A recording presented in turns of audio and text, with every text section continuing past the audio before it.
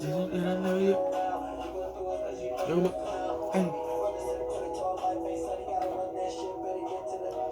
back to the.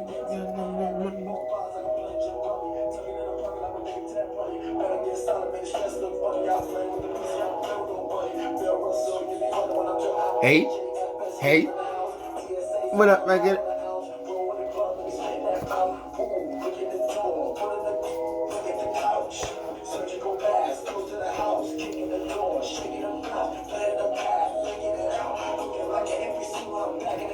LL, what up?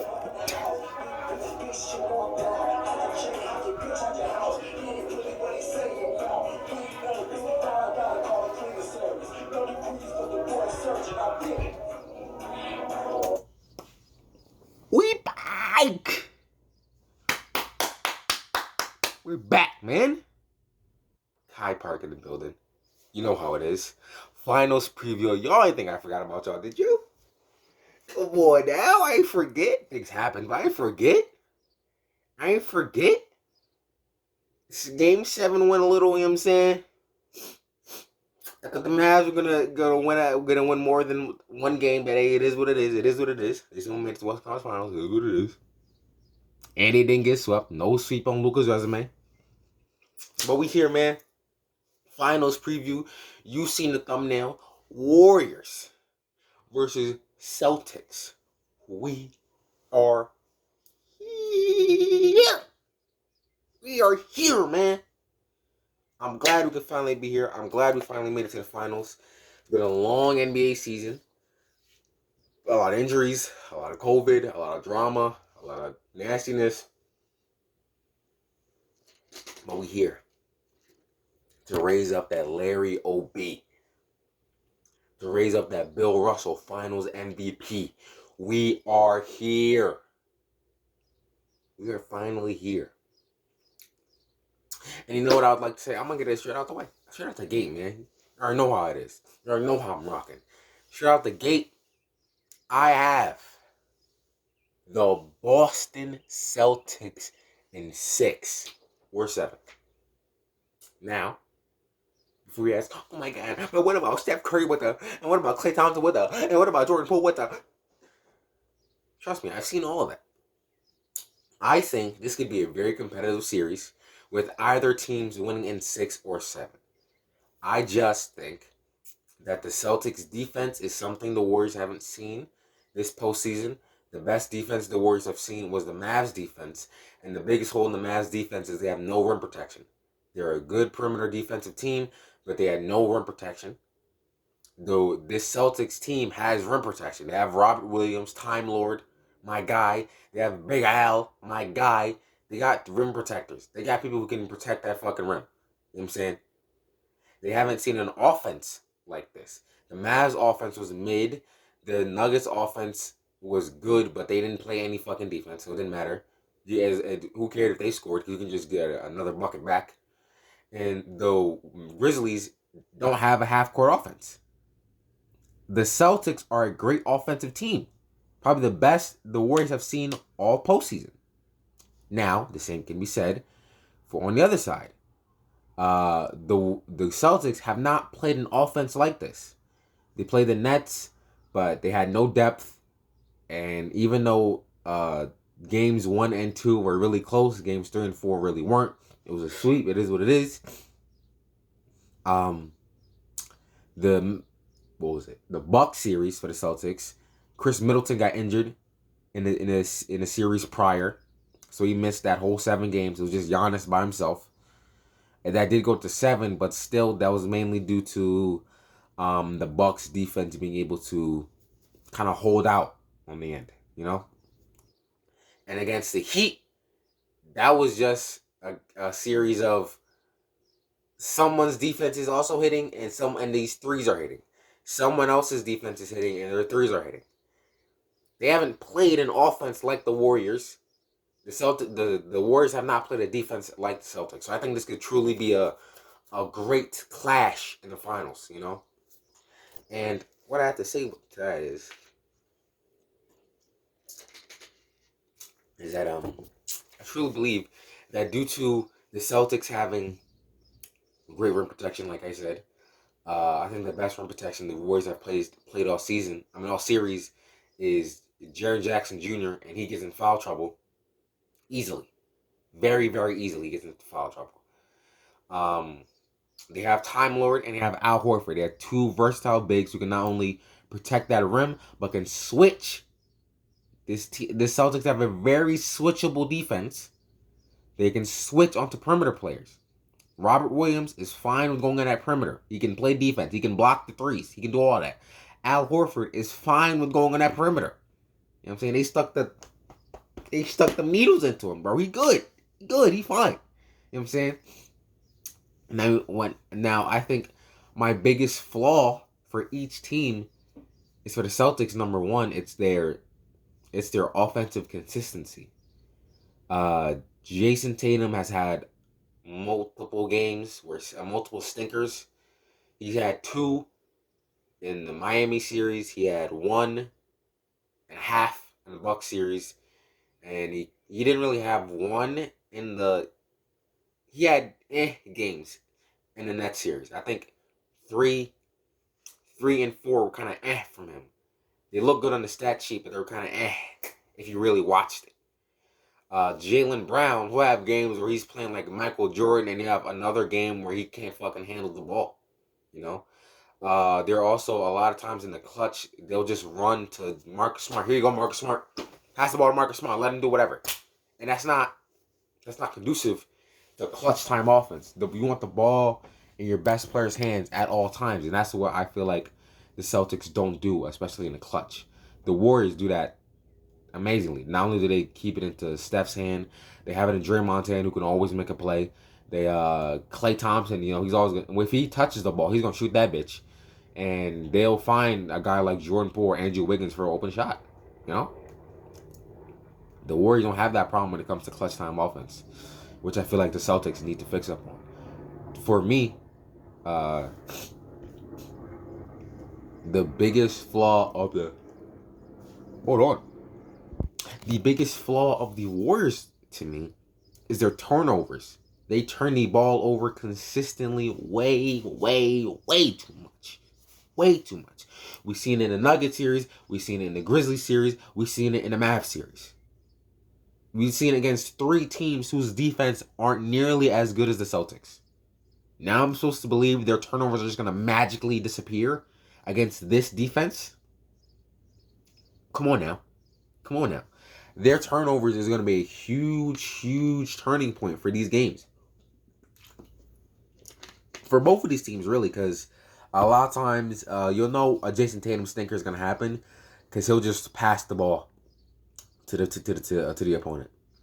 I believe it was game 2? No. Game 2 or game 5 in the Miami series. I can't remember which one. No, it wasn't game 5. I think it was game 2. Pretty sure it was game 2. Game 2 of the Miami series, if my memory serves me correctly, he just kept passing the ball to Jimmy Butler. He lost on that game in the second half. He just kept passing the ball to Jimmy Butler. You know, kept passing the ball to the opponent. Jaylen Brown has had multiple games in multiple series where he just can't handle the ball. Niggas are just, give me that, just taking it from him. That can't work against their turnover battle. Is going to be a huge thing in this series. I can't wait to see how Ime Udoka and Steve Kerr, how they game plan against that. You know, how you try to game plan against that. Against both great defensive teams. You know. I think the best thing is the star battle. You know, I said this. I wanted Luka versus Tatum in the finals because that's just the best young guy A1 versus best young guy 1A versus best young guy 1B. You know, they get compared a lot about who's the best young superstar. It's Luka, but you know. Tatum was that guy before Luka, and then Luka just kind of usurped his spot. I always wanted to see that. I wanted to see that in the finals. Unfortunately, the Mavs couldn't figure it out against the Warriors. But against the Warriors against the Celtics, Steph and Jason Tatum. I think that's a great star battle. Honestly, you have old, the old, vet type, savvy type. We've been here before. We got that experience in the finals. We've been in wars. Been in wars against the Cavs, against LeBron, against Bron, against Prime Bron, against Prime Bron, Kyrie, K Love. They went to war with Kawhi. No KD, no Klay Thompson for Game 6. They've been here before. They got young bloods back in here. So they got people who know what it's like to really be in here. Like Curry. And then when you get to the Celtics and Tatum, you got guys who ain't been here at all. Not a player on the Celtics has stepped foot in the finals. This is completely new territory to them. And that youngness, that hunger to just want it all, that's a double-edged sword. It can be a bad thing because you can get out experienced. You just get the know-how of what to do in certain situations in the finals. The Warriors may have, but there also comes that hunger out of that. I'll lay my whole body on the line to win this chip because I ain't been here before. Jason Tatum, he ain't dropped 50 all playoffs. Let that be noted. I just hit my head. Jason Tatum, known guy who can get you 50 at least once. That boy can drop 50, and he'll you know what I'm saying? He dropped 50 once. I don't know. I hope it's his finals because I think this finals could be the best series of the whole playoffs, and I think if the games match out correctly, we get a classic finals series, and I really hope we do get that. Especially now that these guys are finally getting rest. They haven't gotten rest all. The Warriors are basically the only team in the playoffs who've gotten rest because they beat up on the Nuggets, they beat the Grizzlies in 6, and then they beat up on the Mavs. So they've gotten a lot of rest. They're good to go. I need my water. Need my water. Yeah, X factors for both teams. For the Celtics, Jaylen Brown. Yeah, Jaylen Brown. Honestly, Jaylen Brown and Derek White. Derek White is not going to get guarded a lot because no team in the league believes in his 3-pointer. He's been very wishy-washy from the 3 this whole playoffs, this whole season really. The last time the Warriors and Celtics played each other in the regular season, Derek White didn't get guarded all game, and I doubt he's going to get guarded to start off the game today. And for Jaylen Brown, he just has to that consistency with his handle. His handle is like so iffy because sometimes it'll be a great handle, and then other times he just coughing up the ball, just dribbling off his foot. The ball falls out of his hand. It's like he needs to get that down so he can really take it to the next level. And for the X factor for the Warriors, I think it has to be Jordan Poole and Klay Thompson. Klay Thompson, for one, he hasn't been as consistent as he would. Of course, he hasn't played basketball in 2 years, but it's not even just that. It's his shot selection. He's been having I don't like his shot selection since he's been back. He's very much adapted the Colin Sexton mentality, Donovan Mitchell mentality of I'm shooting, Jordan Clarkson mentality, if you get what I'm saying. The mentality of I'm shooting anything at all times, even if it's a god-awful shot. And I know it's Klay. I know we love Klay. But, like, goddamn, bro. Just pass the ball, please. You don't, where it's a 1-on-5 fast break and you're taking a step back fadeaway. That's not necessary. That's not needed. That's not needed at all. For Jordan Poole, for one, it's his defense. He needs to be better on defense because against the Mavs, right, it was much easier to I guess kind of move him out the way because his minutes were getting matched up with Luka, and it was basically a Luka v Warriors type joint. So it was like, all right, Luka's gonna get the matchup that he wants. If it works, it works. If it doesn't, it doesn't. Because this team, it's either you get hunted by Jason Tatum or you get hunted by Marcus Smart or you get hunted by Jaylen Brown. And one of those three is hunting him this series. I guarantee you that one of those three is hunting him this series. So he has to be much better on defense because Jaylen Brown can get by him very easily and Marcus Smart can bully him. So he has to get better with that.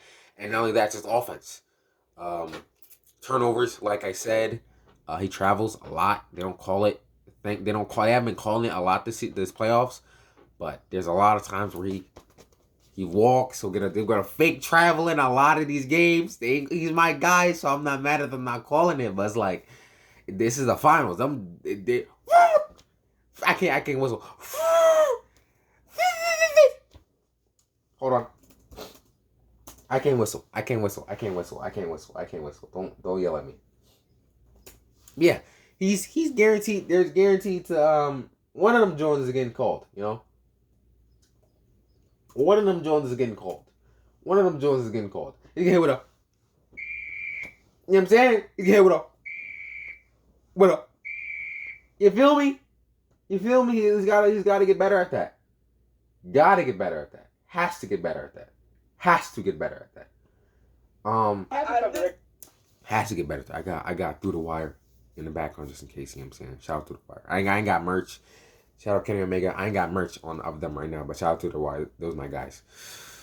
But yeah, at Jordan Poole, big X factor. His offensive consistency, his threes needs to be much better offensively. I thought he could have been against the Mavs, and he kind of was, but he also kind of wasn't at the same time. Most of those games were blowouts, so he kind of got a bless plus minus. That's why I don't like a plus minus stat a lot because it's very skewed.